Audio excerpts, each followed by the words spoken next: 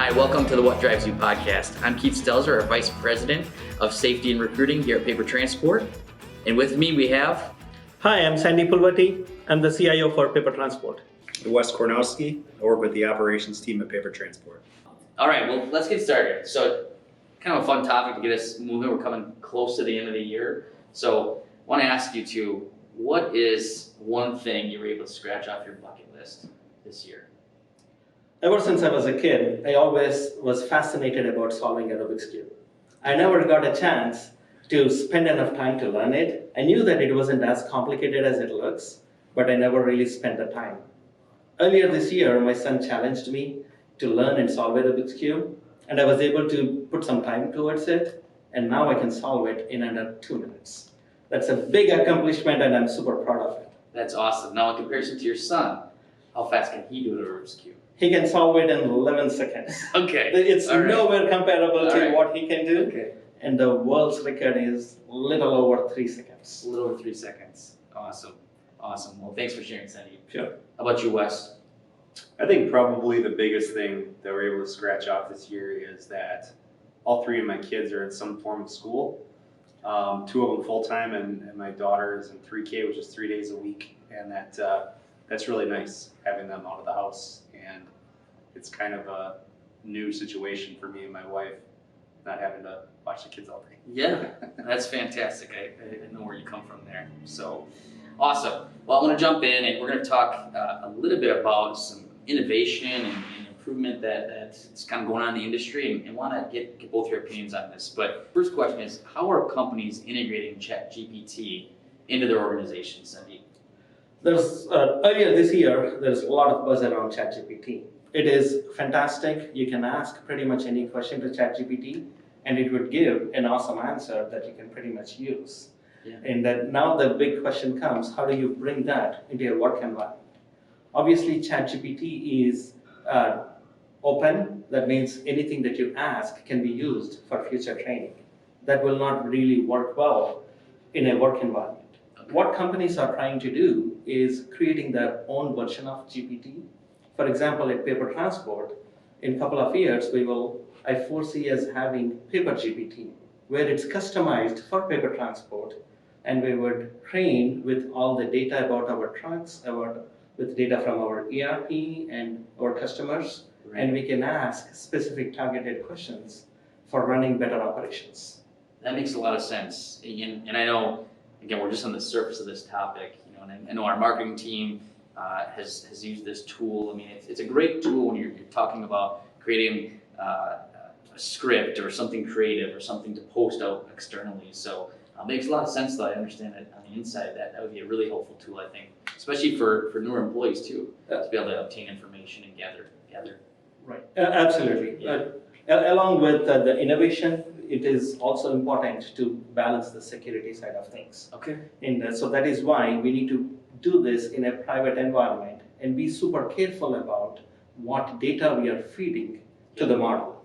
And a lot of CIOs that I talk about, they're all excited about the prototype, but more than that, they're all worried about the safety side of things. Okay. And it is important to safeguard and put right controls and guardrails in place before going ahead with innovation. It is a delicate balance between security and innovation. Yeah, that makes a lot of sense. All right, Sandeep, I'm going to throw another one at you. So, what are the strategies that businesses are considering to incorporate AI into their supply chain? AI has been around for the last 5-7 years, and there are a lot of things that AI can help in our day-to-day life. If you look at, let's say on our OTR fleet, all the incoming tenders that we get from our customers. Right. A lot of companies are looking at a good order management system that would look at the incoming tender, look at the market conditions, look at the market rate, and look at our truck availability, and then provide a recommendation of whether the customer service should accept the load or reject the load. Once the load is accepted, then it moves to the planning team where they need to look at all the tenders that were accepted and then look at our equipment and driver capacity to plan well. AI can help in that space as well. And there are even more use cases. One other popular use case that's coming up is in the predictive analytics side, where we can, the AI model can look at our trucks equipment and really look at all the maintenance that was done on the trucks and any future upcoming maintenance for the trucks. Ideally with the goal to minimize the downtime on the road. Right. It's super frustrating for anybody that's involved if a truck breaks down, for the customer, for the driver, for all the office supporting staff. So if we can minimize that with a fantastic AI model that could prevent all this from happening, that would be great for the organization. Yeah, that would be fantastic. Awesome. So I'm gonna jump into one more for you. Sure. Maybe let you off the hook for a little bit, and we'll pull Wes and go from there. But to what extent is investing in security, maybe not just limited to cybersecurity or secure parking lots, but how crucial is that to improving operations? Security is super critical at multiple levels. If you look at cybersecurity, it is very important to safeguard our environment from external threats. We need to have the right firewalls in place. And it's not just enough. There is a lot of spam that we all get hit with on a day-to-day basis. It is important to have the right security controls on our laptop to make sure we are protected from all the malware. And it also helps with the reputation for the overall company if we invest in security. Just imagine if a company had a security incident, how would it impact the reputation of the company? Right. And if you do invest in security, customers will be happy to work with you versus getting worried about, is this company safe? They got hacked. Right. And all the after effects that you might have to deal with if there is a security incident. Right. And all the lost revenue in the short term because of having an incident. So it is super important to invest in security. It is like insurance. You don't want to use it, but at the same time, you need to have it. Right. I think maybe on top of that too, we want to throw in employee training. I think that's something we're pushing forward, but just tagging emails, making sure you're not clicking on links, right? Reporting phishing alerts, those types of things are so important. And I know it's something that you guys are testing us on a regular basis too. Absolutely. Will be more and more training. Security is not just the job of the IT team. It is really as an organization that we need to come together and secure PTI. And we are working on providing more employee training so everybody is security aware. Good. Awesome. Well, you talked a little bit about AI and pulling information in to gain efficiencies in our operations. So I want to shift into that topic and talk a little bit about the market, Wes. So, what do you really officially think is going on as we move into Q4? So official is a strong word, Yeah. but there's a lot of data points, and unfortunately right now, not many of the data points would suggest that we're into any kind of recovery as far as demand goes. The supply of trucks continues to be elevated, so we're seeing a lot of pressure on rates. We're seeing that continue through Q4, which is not normal. Typically this time of year we would see a big uptick in rates, especially on the spot side or the transactional side, just given all the freight that typically would come into Long Beach and then get transloaded and then hit the rest of the country for the holiday season. That's been relatively muted, which is pretty interesting. Now, as we go into January, February, that's seasonally a low point as far as freight volumes go. So, best guess right now is March, April, May, maybe we'll start to see some improvement on the demand side. The other X factor right now is fuel price and what's happening in the Middle East, and if that continues to get escalated as fuel costs rise, more and more carriers become insolvent, and then we see more carriers exiting the industry, and then potentially we see less of a pressure on lower rates, and we start to see our rates go up a little bit. Right. So we've been in this cycle, we'll call it, or down cycle since January, February of 2022. Right. So for quite a while, which is very different than past cycles. Yeah.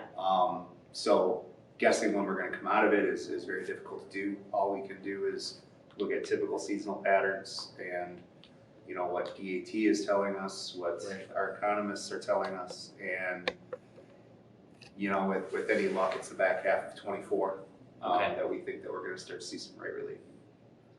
That makes sense. So as we're moving into this quarter, you said you're not seeing these spikes. So we truly believing there just won't be a peak this year for the holiday season. We've already felt it. You would have already You felt already it. felt it. Okay. Yeah. Okay. Yep. I mean, again, everything's kind of different than it has been in the past decade. The past 3 years has been different than the Right. previous decade. Just given the disruption of COVID and everything like that. So you'd have typically seen peak start around the end of August. Okay. In earnest, you know, Okay. and we're just, obviously we haven't seen that. Right. Okay. All right. So as you think about this, maybe the shift, maybe the market coming back, you know, the two topics or two areas that we've heard kind of projected to come out of this that are going to be possible leaders would be dedicated operations and intermodal solutions. Can you talk a little bit about that? Yeah, so when you're dedicated, you know, that's tailored to our customers' network, tailored to our customers' specific needs. It's not a transaction, it's a partnership. And those types of relationships weather both storms. Right. So whether capacity becomes increasingly scarce, then we're there as a dedicated partner in order to smooth that out for the customer so that they don't see a disruption to their customer. Because again, we're B2B, they're B2C typically. Right. So you want to make sure that that we're an extension of them, and that we are able to uphold their reputation, give them an Right. advantage in the marketplace. And the real advantage is getting the product to the consumer. Right. I mean, that's the advantage, on time and full. Right. And dedicated solutions can solve that problem.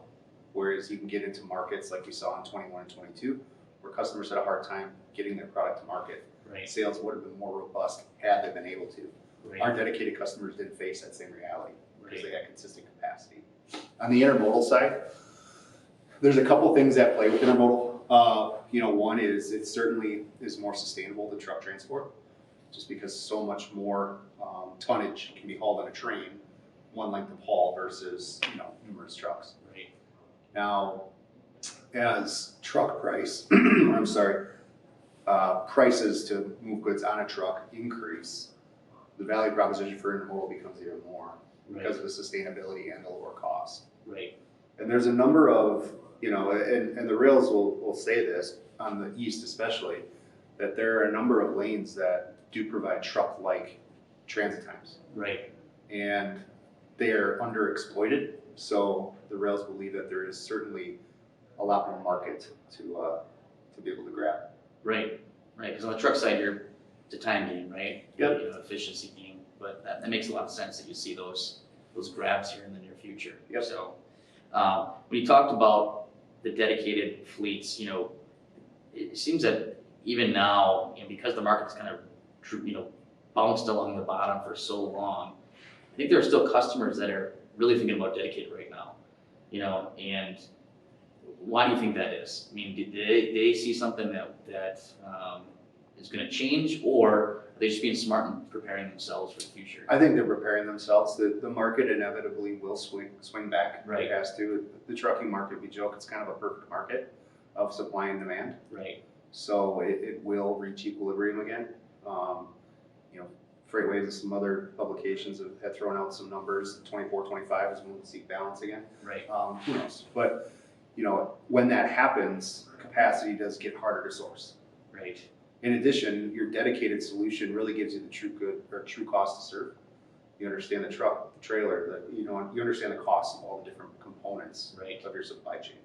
So it provides a lot more visibility and efficiency. You know, and when you look at a customer's network, if you're doing all one-way moves, you have no idea how to measure the carbon footprint that your tier 3 Right. your carriers are emitting.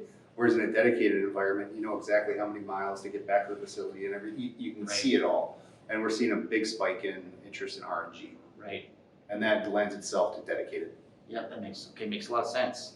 All right, well, hey, thank you both for joining me today. Two great topics as we head into Q4 and the new year. Thanks for watching. If you have a topic you'd like to see us discuss, just post it in the comments.